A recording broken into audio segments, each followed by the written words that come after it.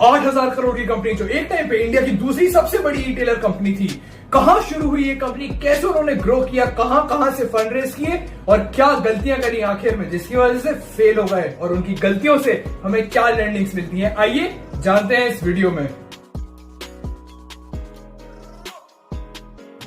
प्रवीण सिन्हा और अरुण चंद्र मोहन ने 2012 में गुड़गांव के अंदर एक ऐसी वेबसाइट बनाने का सोचा जिससे वो फैशन और ग्रूमिंग इंडस्ट्री को ऑनलाइन लाना चाहते थे और एक ई कॉमर्स वेबसाइट बना डाली जिसका नाम रखा जबोंग। आगे जाके इसमें और भी एंटरप्रेन्योर्स जुड़ते गए जैसे लक्ष्मी पोटलूरी एंड मनु कुमार जैन।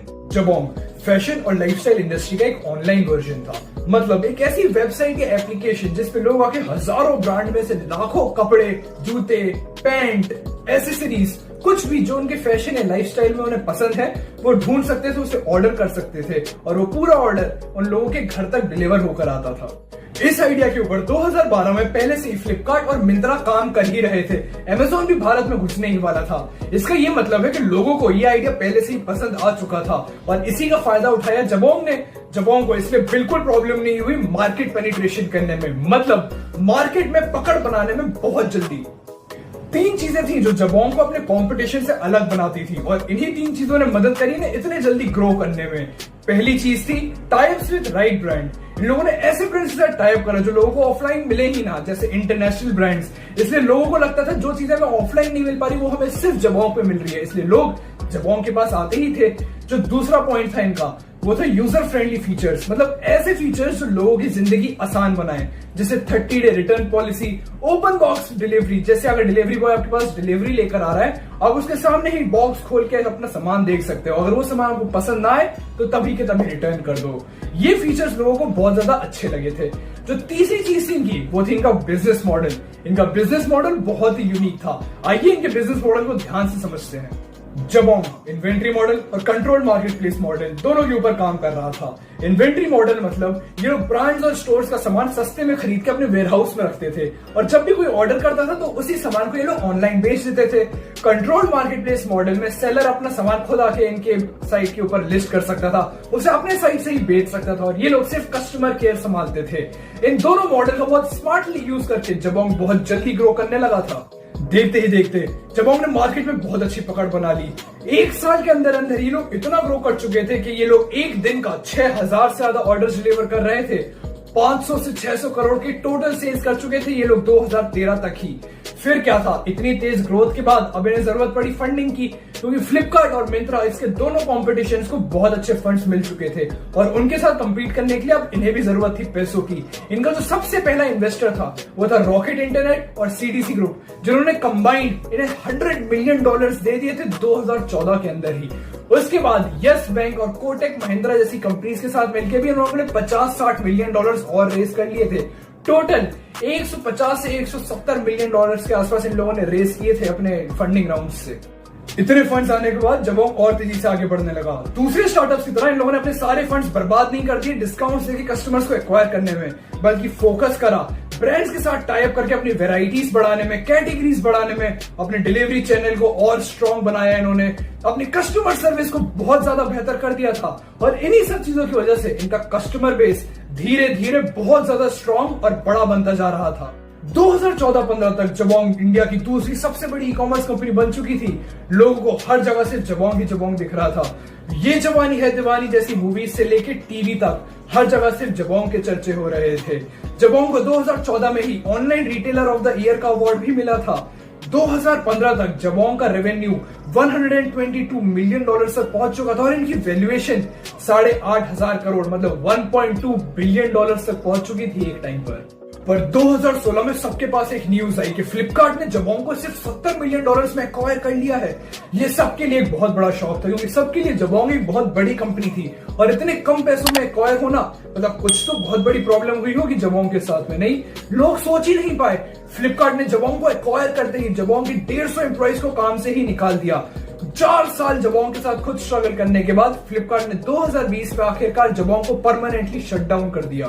कई बार बड़ी बड़ी कंपनीज के अंदर क्या क्या हो रहा होता है हमें पता ही नहीं चल पाता। स्टार्टअप्स के पास फंड्स आ जाते हैं, कस्टमर बेस तैयार हो जाता है, बिजनेस मॉडल इतना अच्छा होता है, टेक्नोलॉजी इतनी अच्छी बना लेते हैं वो, और फिर भी फेल हो जाते हैं क्योंकि छोटी छोटी गलतियां वो ऐसी करते जाते हैं जो बाद में कंबाइन होकर बहुत बड़ा धमाका करती हैं और उस धमाके को स्टार्टअप सह नहीं पाते और आखिर में फेल हो जाते हैं।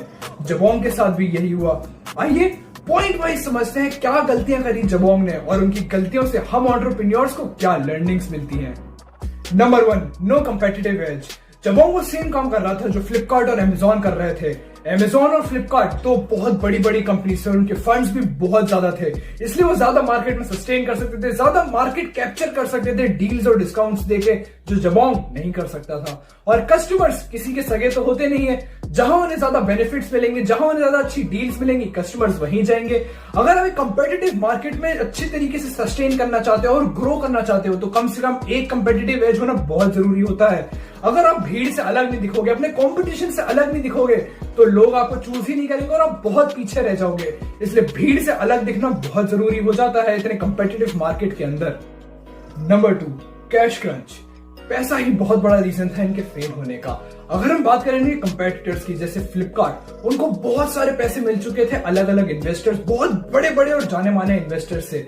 वहीं दूसरी तरफ जबोंग को सिर्फ रॉकेट मेल और सीडीसी ने जो पैसे दिए थे उन्हीं पे ये लोग काम कर रहे थे।